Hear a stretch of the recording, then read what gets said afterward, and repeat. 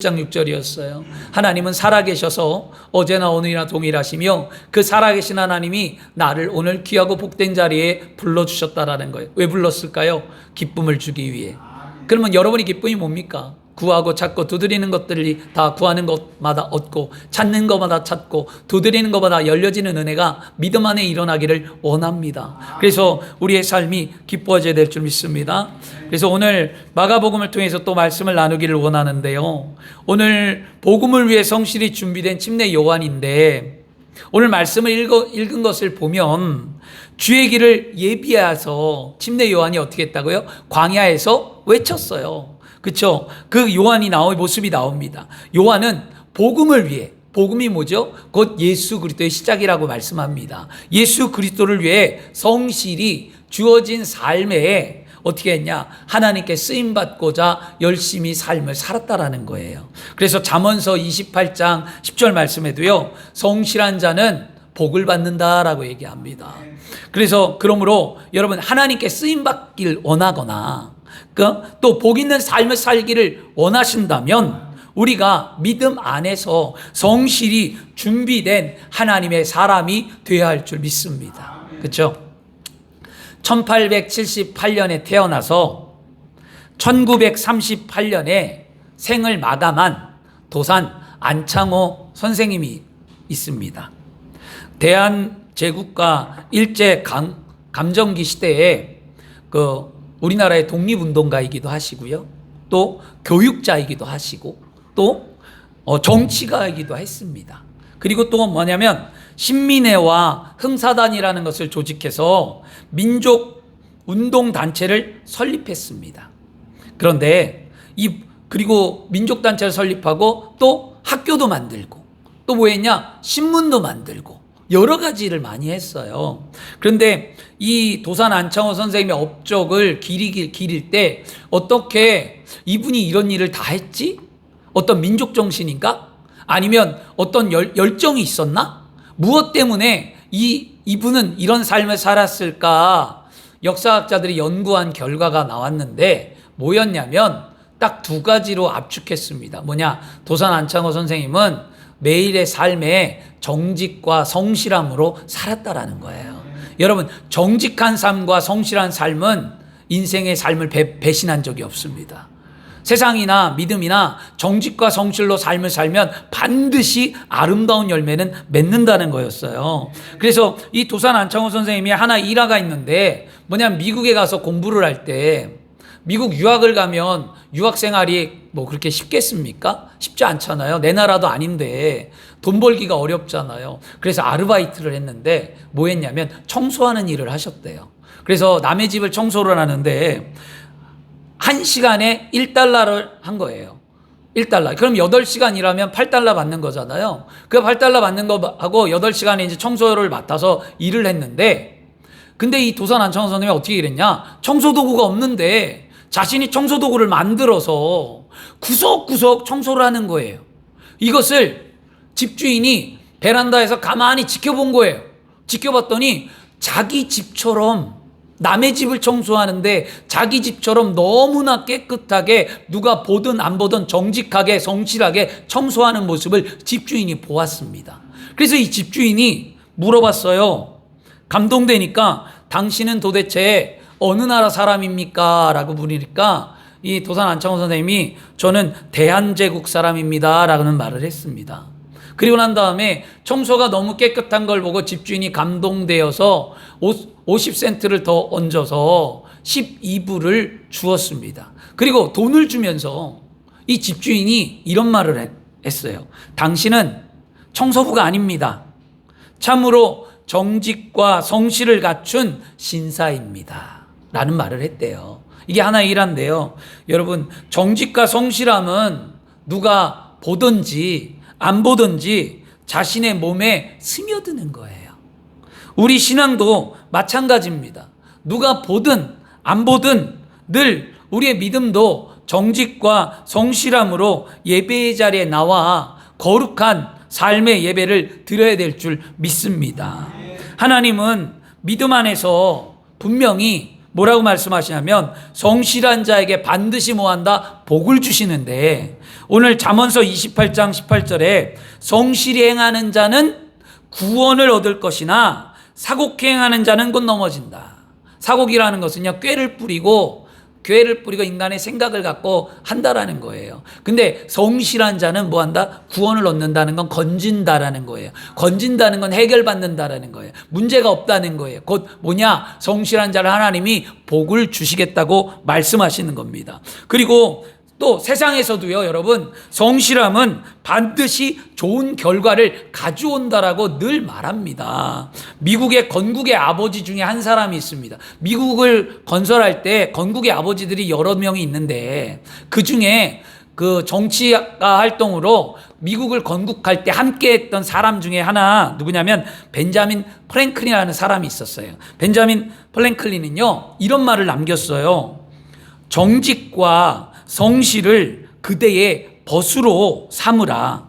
100권의 책보다 하나의 성실한 마음이 더 큰 힘으로 사람을 움직인다는 거예요.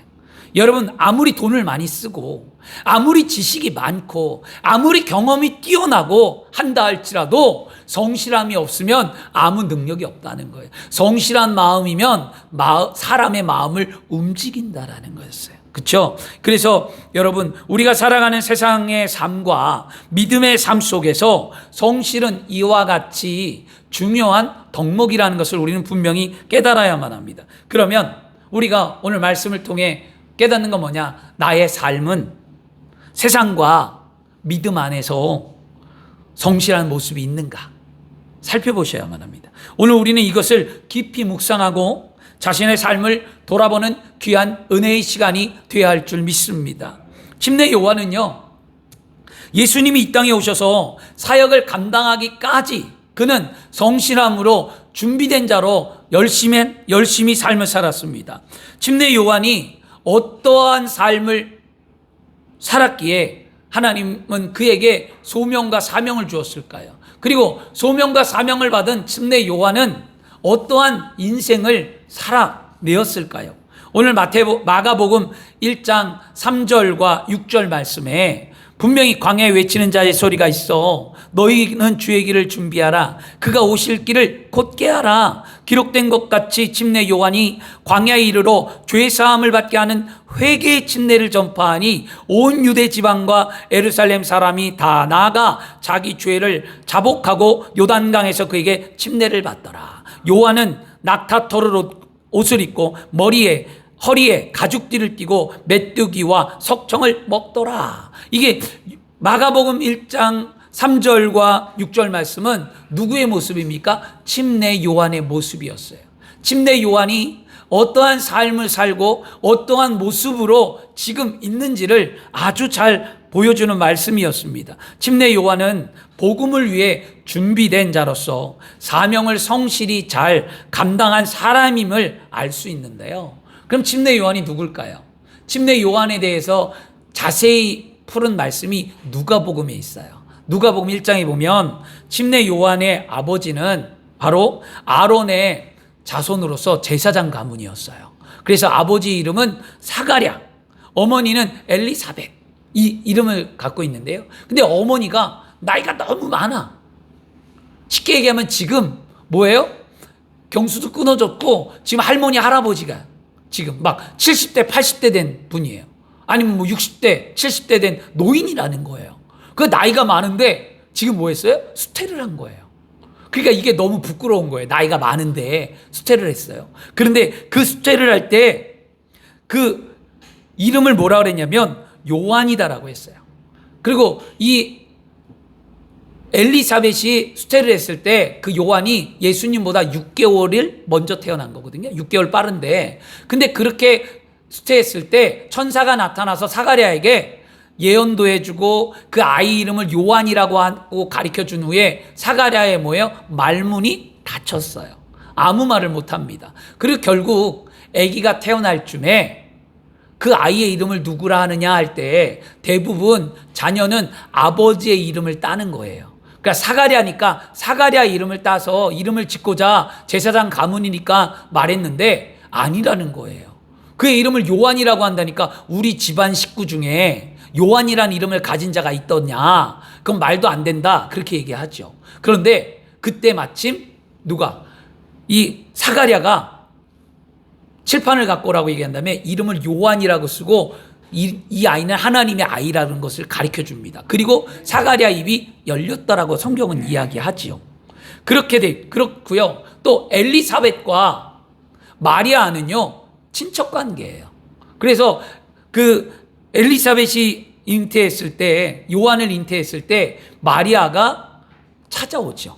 그리고 서로 기쁨을 나누는 장면이 있고요.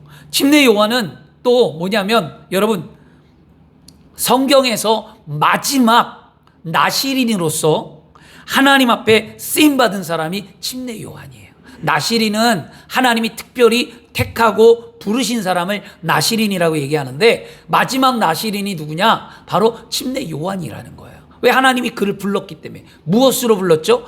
주의 길을 예비하는 자라. 주의 길, 예수님의 앞길을 예비하는 자로 불렀다라는 거예요. 그래서 그는 어떤 거냐면 광야에서 살았어요.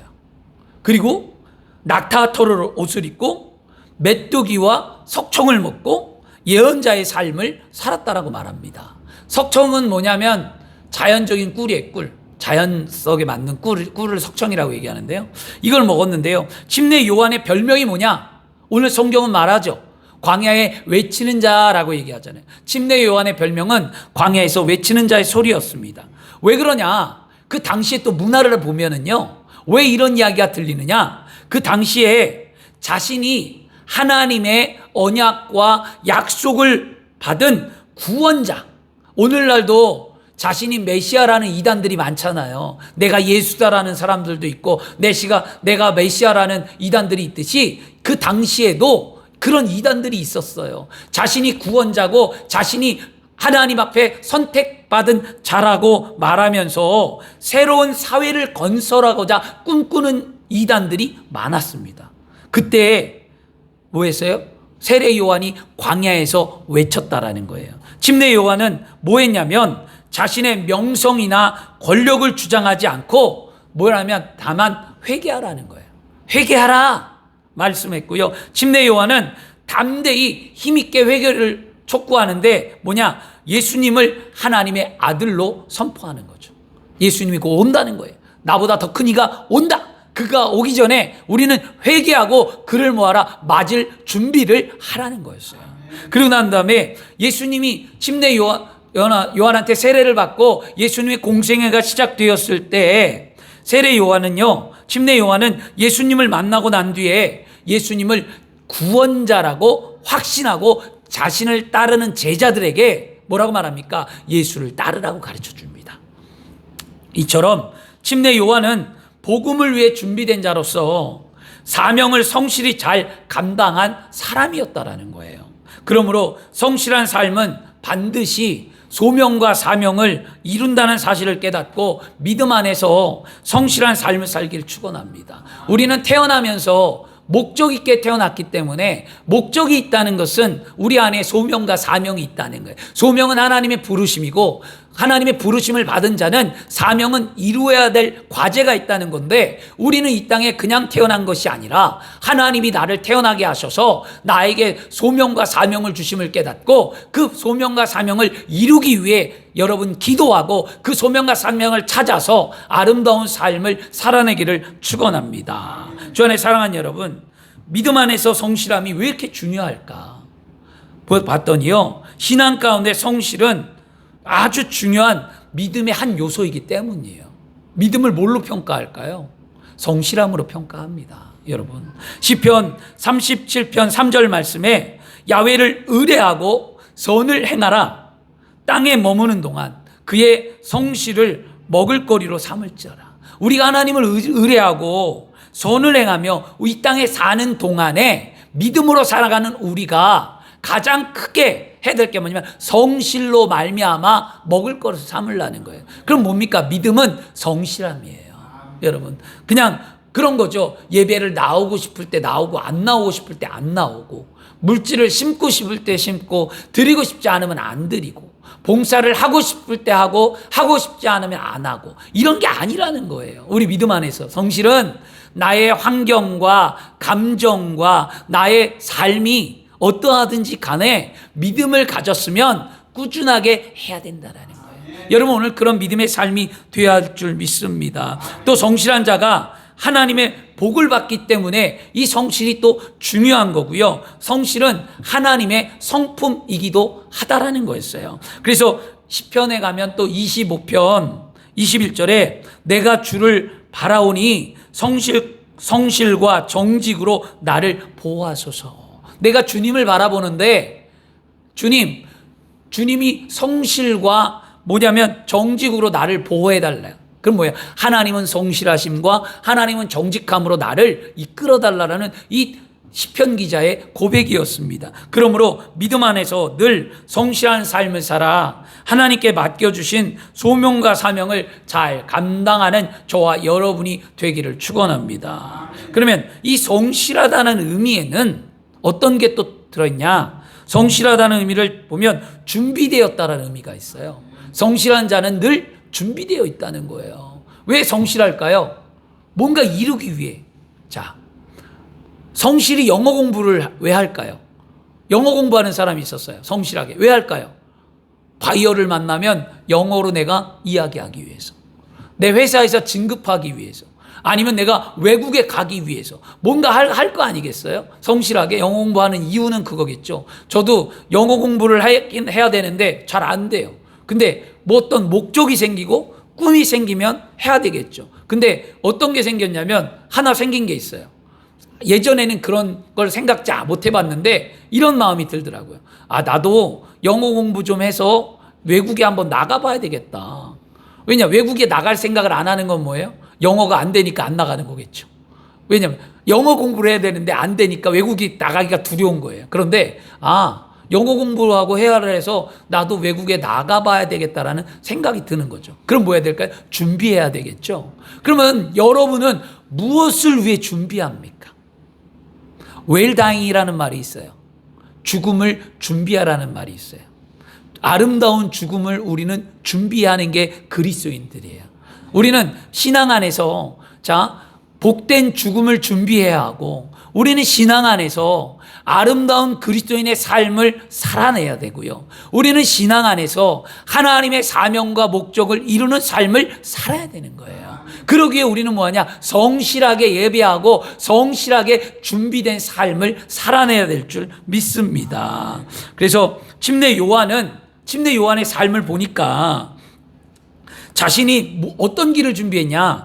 주의 길을 예비한 자로서 잘 준비되어 있음을 알 수 있다는 거예요. 하나님께서 사명을 주실 때 반드시 누구에게 주느냐? 성실히 준비된 자에게 준다는 거예요. 그 다른 말로 말하면 하나님이 누구를 축복하느냐? 성실히 준비된 자를 축복하신다는 거예요. 하나님은 아무나 복 안 줘요, 여러분. 우리는 다 복 받기를 원하고 우리는 다 은혜를 얻기를 원하고 우리는 뭔가를 갈망하며 하나님 앞에 구하고 찾고 두드리는데 아무나 다 구하고 찾고 두드린다고 얻는 것이 아니라 전제 조건이 있다라는 거예요. 뭐냐? 성실함이었어요. 출애굽기 3장 말씀에 보면 모세가 하나님을 만나는 장면이 나와요. 모세가 하나님 앞에 소명을 받고 사명을 받아 하나님의 제자로서 쓰임받는 삶의 이야기가 나오는데 모세가 부름받을 때가 출애굽기 3장 1절과 2절인데 모세가 그의 장인 미디안 제사장 이드로의 양떼를 지키더니 그때를 광야 서쪽으로 인도하여 하나님의 산 호렙산의 이름에 야훼의 사자가 떨기나무 가운데로부터 나오는 불꽃 안에서 그에게 나타나시니 그가 보니 떨기나무에 불이 붙었으나 그 떨기나무가 사그라지지 아니하였더라 라고 말씀합니다. 모세는 장인 이드로에 뭘 맡았어요? 양을 치는 자였어요. 그래서 늘 광야에 돌아다녔고 오늘 보니까 모세는 하나님의 산 호렙에 올랐대요. 호렙산이 하나님의 산인데요. 하나님이 모세의 이와 같이 성실함을 보고 이스라엘의 지도자로 불러주셨다라는 거예요. 믿음이 있는 사람들이 오해하는 것이 있어요. 우리가 오해하는 게 뭐냐면 소명과 사명은 아주 특별한 사람이 받는 거야. 난 소명이 없어. 난 사명이 없어. 하나님이 나에게 그런 거 안 주셨어. 그냥 난 이대로 살라고 하셨어. 라고 우리가 이렇게 생각합니다. 그리고 하나님이 부르심을 받을 때 소명과 사명은 기적의 어떤 사건, 뭐 어떤 병이 났거나 아니면 뭐 환경의 문이 막혔는데 하나님이 사업의 문을 열어주셨다란가 어떤 기적적인 은혜의 사건을 통해서만 하나님을 만나고 하나님이 이루신다는 거예요. 그러나 소명과 사명은요, 아주 자신의 우리의 삶에 평범한 일상생활 속에서 그냥 묵묵히 성실히 믿음의 삶을 살아가는 그 사람에게 하나님은 찾아오신다는 거예요. 모세가 그랬습니다. 모세는 자신이 세상을 바꿀 줄 알았어요. 모세는 자신이 민족의 큰 지도자가 될 줄 알았어요. 그런데 모세는 실패하고 맙니다.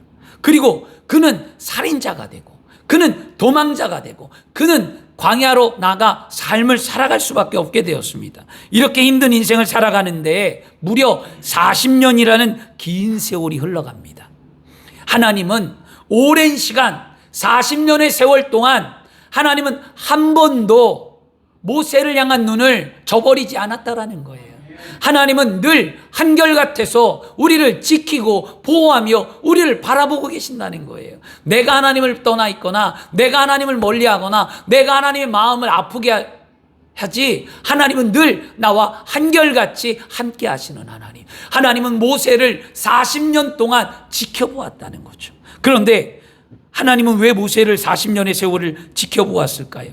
하나님은 그 모세를 통하여 40년을 지켜본 결과 모세에 뭘 보았냐? 성실함을 보았다는 거예요. 하나님의 손에 늘 올랐어요. 하나님이 계신 곳에 가까이 했어요. 그리고 이 성실함 속에서 하나님은 모세를 지도자로 세우고 그의 삶을 변화시켰다는 거죠.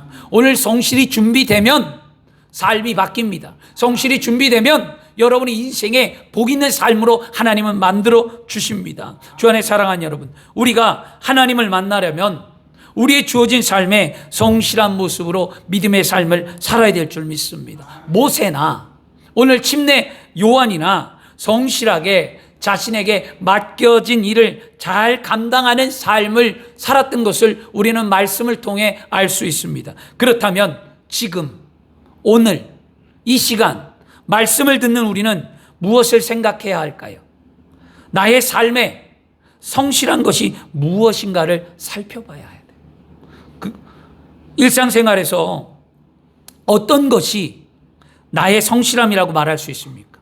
믿음을 떠나서 나의 인생 가운데 그냥 나의 삶 속에 난 뭐가 성실하지? 어떤 게 나의 성실을 대표할 수 있지? 생각해 보세요. 또 믿음 안에서 이제 세상이 아닌 믿음 안에 왔을 때 예수 믿고 구원받아 지금까지 살아오면서 나는 어떤 믿음의 성실함이 있는가? 주님 앞에 주님 나 이거 성실하잖아요 말할 수 있는 근거가 무엇인가 오늘 생각해야만 합니다. 우리는 자신을 돌아보는 귀한 시간이 되어야만 합니다. 성실함으로 잘 준비된 자가 하나님을 만날 수 있습니다. 또한 하나님께서 성실함을 준비된 자에게 분명히 뭐합니까? 소명과 사명을 주고 하나님은 은혜와 축복을 주시는 좋으신 하나님이신 줄 믿습니다. 복음의 시작 예수 그리스도도요, 예수님도 십자가의 사명을 이루기까지 어떻게 했습니까? 성실했어요. 예수님도요, 십자가를 지기까지 어떤 삶을 살았을까요? 예수님은요, 목수의 아들로서 성실하게 살았어요. 예수님은요, 부모를 잘 공경하며 남들과 똑같이 부모를 앞에 효도하는 자녀로 삶을 살았습니다. 예수님은요, 십자가를 지고 공생애를 시작하기 전까지 세상의 모든 사람들과 똑같은 현실 속에서 성실함으로 삶을 사셨다는 겁니다. 그리고 그렇게 성실히 준비된 예수님이 하나님의 때가 되니까 마침내 하나님께서 예수 그리스도를 십자가에 못 박혀 죽게 하시고 또 사망 권세 이고 부활하셔서 우리에게 영원한 생명이 되고 구원의 능력이 되게 만들어 주셨다는 거죠. 우리는 자꾸만 세상이나 믿음 안에서 뭔가 거창한 일을 하려고 해요. 눈에 드러나는 일을 하려고 해요. 대단한 일을 하려고 해요. 표 안 나면 일 안 하려고 해요. 표가 나는 일을 하려고 합니다. 제가 예전에 강릉에 있을 때 그 장로님 한 분, 많은 사람들이 뒤에서 헌담도 하고 한 장로님이 계신데, 그분 볼 때마다 마음이 아픈 건 뭐냐면, 그분은 눈에 드러나는 일만 하려고 해요. 사소한 일은 절대 안 해요. 담임 목사님이 청소하는데 담임 목사님이 나타나면 그 시간에 나타날 시간에 와. 그 전에 절대 안 와. 그리고 난 다음에 그 시간에 눈도장 찍어요. 그리고 뭘 하더라도 꼭 드러나는 일만 해요.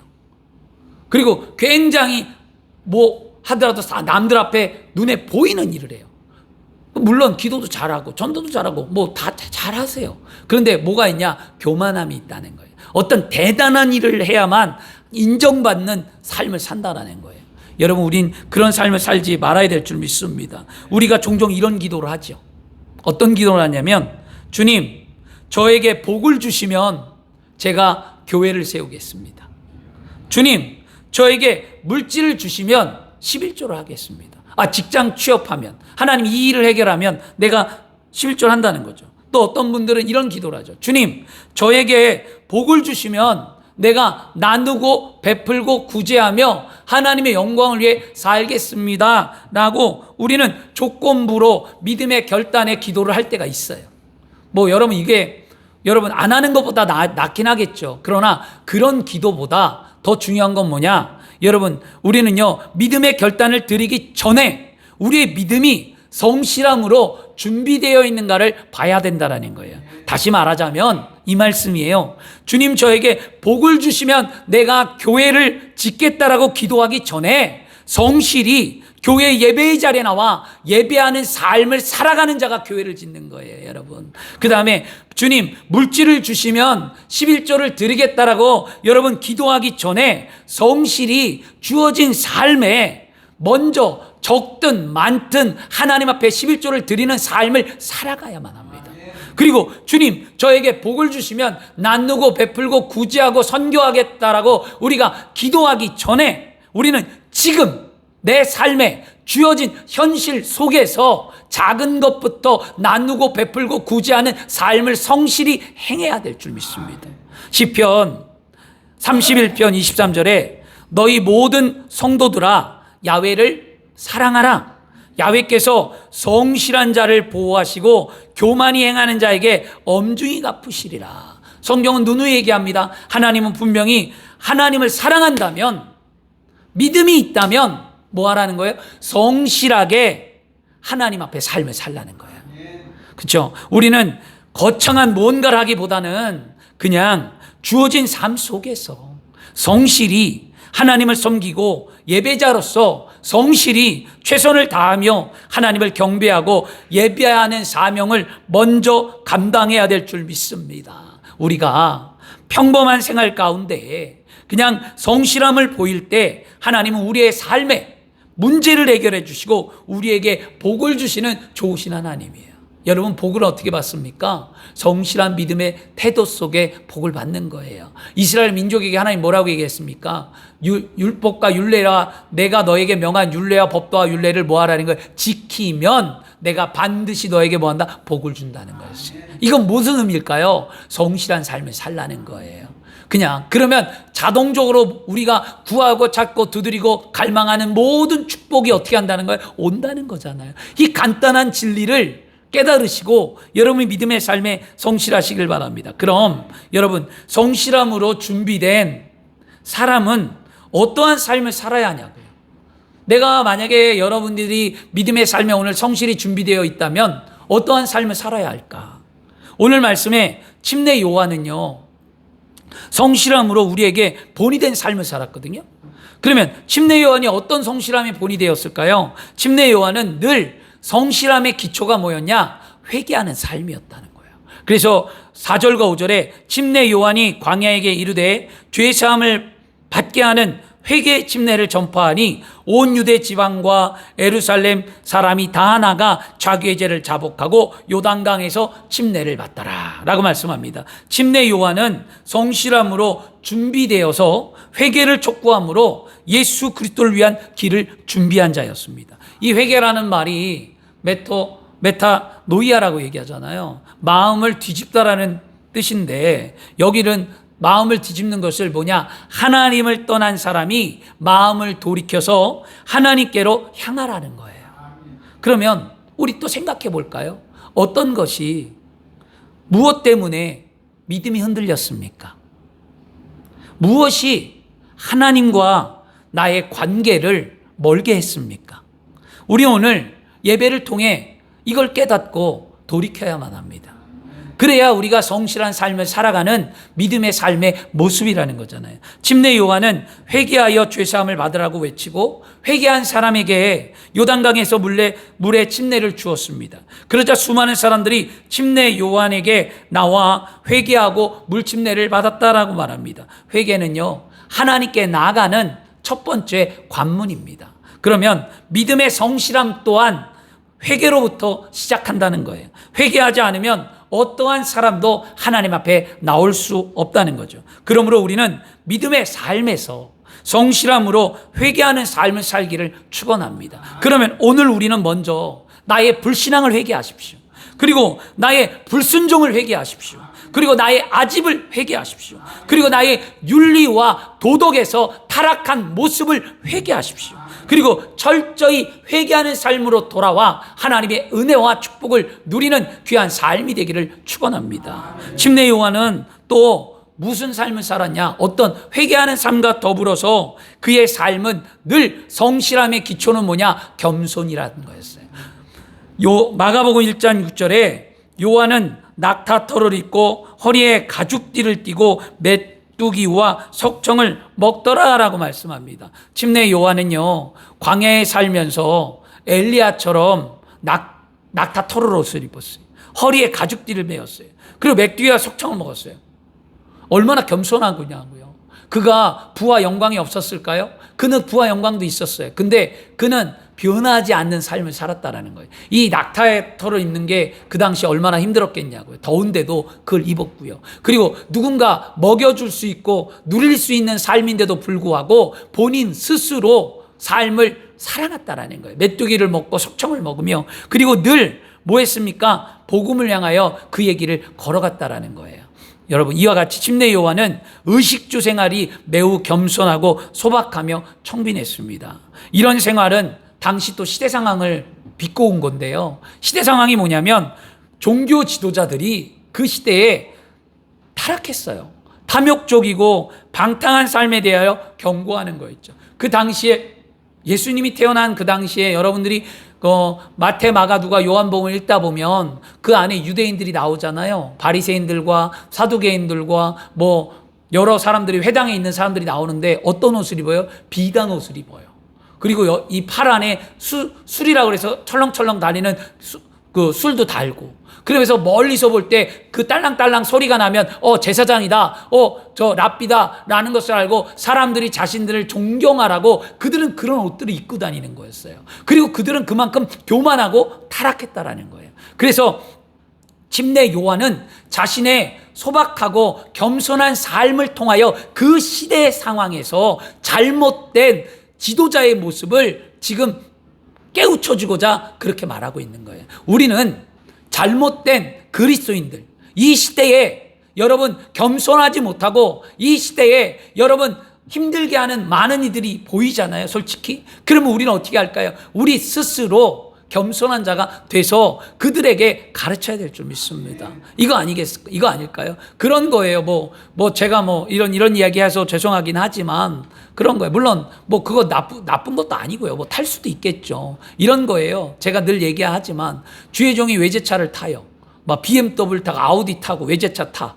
저도 외제차 타고 싶죠. 좋아하죠. 근데 그 주의 종들이 그런 외제차를 타고 명품으로 막 도배를 하고 다녀요. 큰 교회는 그래요. 서울 강남에 가도 그렇고 큰 교회들이. 그런데 그게 여러분 보기에 좋습니까? 결코 좋지 않아요. 왜냐? 그럼 지방에 있거나 농촌에 있거나 선교하거나 어려운 교회들은 그게 얼마나 소외감을 느끼고 얼마나 힘들겠냐고요. 그게 뭡니까? 오늘날 지금 침례 요한이 지금 약타토를 입고 가죽띠를 띠고 메뚜기와 석청 먹는 거하고 똑같은 거였어요. 그 당시에 유대인들이 그랬던 것처럼 한국 교회도 그런 교회들이 눈에 보인다는 거죠. 그건 누가 해야 될까요? 스스로 주의 종들이 돌이켜야만 합니다. 여러분, 그거 꼭 나쁘다고 말하는 건 아니지만 그게 결코 좋은 건 아니잖아요. 겸손의 삶에선 안 해도 충분한 거 아닐까요? 그 다음에 운동을 좋아하는 사람들은 뭐 합니까? 여러분, 골프 치러 다니잖아요. 저는 목사님들이 골프 치는 거 개인적인 거예요. 제 개인적인 거. 또 유튜브 듣고 또 뭐라고 할지 모르겠지만 개인적으로 나는 반대하는 사람이에요. 골프 치러 다니는 목사님들.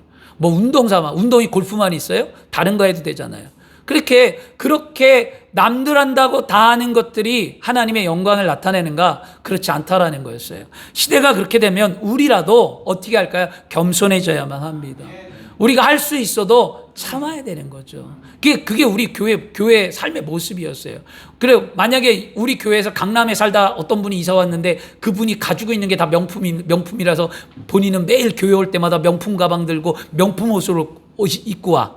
그러면 우리 교회 성도님들은 명품을 안 입고 안 하는데 그분만 입으면 제가 어떻게 할 것 같으세요? 저는 그분 불러요. 그리고 가르쳐줘요. 균형을 맞추라고. 있는 건 알겠지만 그거 그렇게 하시지 말고 함께 어우러지라고. 혼자만 튀지 말라고. 여러분, 혼자 튀는 사람은요, 겸손하지 못한 사람이에요. 말로 튀든지 행동으로 튀든지 모양으로 튀든지 자랑으로 튀든지 뭔가 남들보다 튀는 행동을 하는 사람은요, 이건 그리스도 예수 안에 겸손한 게 아니에요. 겸손한 사람은 튀지 않습니다. 여러분, 하나가 되고 융화가 되고 그 안에 흡수가 되며 아름다운 삶을 사는 거예요. 그래서 우리는 항상 겸손해야 될 줄 믿습니다. 그래서 침례 요한이 지금 그런 삶을 살아가고 있는 거였어요. 그리고 근데 침례 요한은요, 겉모습만 겸손하지 않았습니다. 침례 요한은요, 삶 자체가 겸손했다는 거예요. 여러분, 우리 겉모습만 말만 번지르하게 겸손하고 그냥 그런 것이 아니라 삶이 겸손해야 된다는 거예요. 여러분, 그렇게 안 한다고 해서 겸손한가 안 한가 구분하는 게 아니라 삶을 좀 보시길 바랍니다. 그래서 마가복음 1장 7절에 그가 전파하여 이르되 나보다 능력 많으신 이가 내 뒤에 오시나니 나는 굽여 그의 신발끈을 풀기도 감당하지 못하겠노라 라고 말씀합니다. 침례 요한은요, 회개하고 그 증거로 물침례를 받으라고 외치자 온 유다와 그 유다 지방의 예루살렘에 있는 자들이 나와 회개하고 물침례를 받았습니다. 이쯤이면 요한이 자신을 드러낼 수 있잖아요. 많은 사람이 몰려왔어요. 침례 요한에게. 침례 요한을 따르는 무리가 많아졌어요. 그러면 자신이 드러날 수도 있고 자신이 높아질 수도 있어요. 그러나 침례 요한은 결코 자신을 드러내거나 자신을 높이지 않고 겸손하며 누구를 드러내느냐? 예수 그리스도를 드러냈다라는 거예요. 왜냐? 그는 주의 길을 예비하는 자로 소명과 사명을 받았기 때문에 자신이 지금 회개하고 침례 베풀고 자신이 외치는 이 모든 것들이 예수 그리스도를 위함임을 알기에 그의 삶은 오히려 더 겸손했다는 거죠. 그리고 난 다음에 고백합니다. 나는 굽혀 그의 신발끈 풀기도 감당하지 못하겠노라라고 말하는데요. 이 신발끈을 푸는 일은 뭐냐면 그 당시에 신발은 누가 풀어줬냐면 종이 풀었어요. 노예나 종들이 신발의 끈을 풀어주었습니다. 주인은 절대로 신발끈을 풀지 않았습니다. 그런데 침례 요한이 뭐예요? 예수님의 신발끈도 풀지 못하겠다라고 얘기하죠. 이게 얼마나 겸손한 거냐면 요한은 그리스도의 종자체도 될 수 없는 자신을 말하는 거였어요. 침례 요한은 자신의 사명을 잘 알고 있으므로 자신을 항상 낮추고 예수님만을 높이는 삶을 살았다라는 거예요. 주 안에 사랑하는 여러분, 우리의 삶이 항상 우리는 낮추고 예수님만 높이는 삶이 되기를 바랍니다. 그리고 또 우리의 삶 속에서 겸손은 나보다 남을 높이 여겨주는 그런 인생이 되어야 할 줄 믿습니다. 항상 다른 사람을 내 아래로 보는 시선이 아니라 항상 그 사람이 나보다 낫다, 나보다 훌륭하다, 나보다 똑똑하다, 나보다 아름답다 라고 인정해주는 그리스도인이 되어야 할 줄 믿습니다. 침례 요한이 이런 삶을 살아갈 때, 침례 요한 같은 이런 삶을 살아갈 때 하나님 우리에게 어떻게 할까요? 보응하시는 하나님, 복을 주시는 하나님. 잠언서 22장 4절에 말씀합니다. 겸손과 야훼를 경외함의 보상은 재물과 영광과 생명이라. 이 말씀 너무 좋아요. 세 가지 다 있잖아요. 그러니까 겸손한 삶으로 야훼를 경외하면 우리가 원하는 게 다 있어요. 뭐죠? 재물과 영광과 생명이라는 거예요. 우리가 이 땅에 살아가면서 그리스도인들에게 필요한 게 뭐냐? 재물과 영광과 생명이라는 거죠.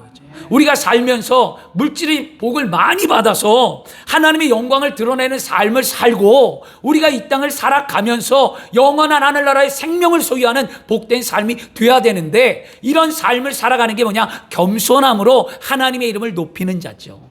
여러분, 그 겸손함으로 하나님이 높이는 자는 뭐예요? 성실함이 기초가 된다라는 겁니다. 말씀을 정리하겠습니다.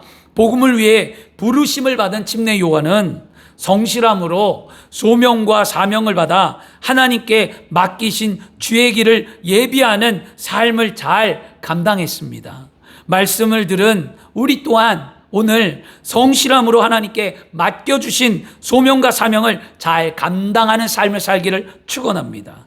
복음을 위해 부르심을 받은 침례 요한의 이 성실한 모습은 뭐라고요? 늘 회개하는 삶이었다는 거죠. 이 회개하는 삶의 모습이 겸손과 주님을 높이는 삶이었다는 거예요. 우리에게 오늘 믿음이 있다면 회개하는 삶을 살기를 축원합니다. 또 우리에게 믿음이 있어서 회개했다면 입술로만 부르짖고 회개하지 말고 우리의 삶의 모습에서 겸손함과 주님만을 높이는 회개의 삶의 진정한 믿음의 모습이 드러나야 될 줄 믿습니다. 주 안에 사랑하는 여러분, 오늘 말씀을 들은 우리는 세상의 삶에 뭐가 중요하다고요? 세상에서도 성실이라는 게 중요합니다.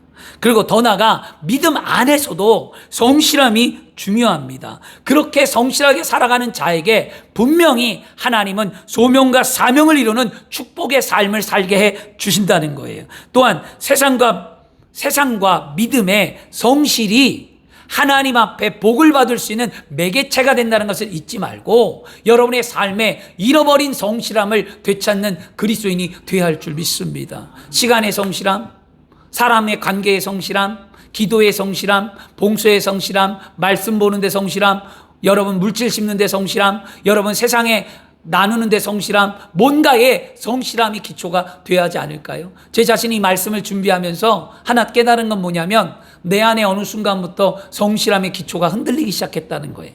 그러면서 제가 고백한 거였어요. 내가 어떻게 해야 할까? 회개해야 되는데 어떻게, 내 삶에 어떻게 드러나야 하지? 어떤 성실함으로 다시 기초를 잡을까? 고민하며 몸부림치는 거예요. 여러분들이 생각해 보지 않으면 여러분 깨닫지 못합니다. 오늘 생각해 보셔야 돼요. 나의 믿음의 성실함이 무엇인가? 하나님이 날 무엇 때문에 기뻐하실까? 하나님이 나에게 왜 복을 주시고 왜 예수 믿게 하며 아름다운 삶을 살게 하실까? 깨닫는 은혜가 오늘 임하기를 그리스도 이름으로 축원합니다. 기도하겠습니다. 좋으신 아버지 하나님 감사합니다. 오늘 하나님께서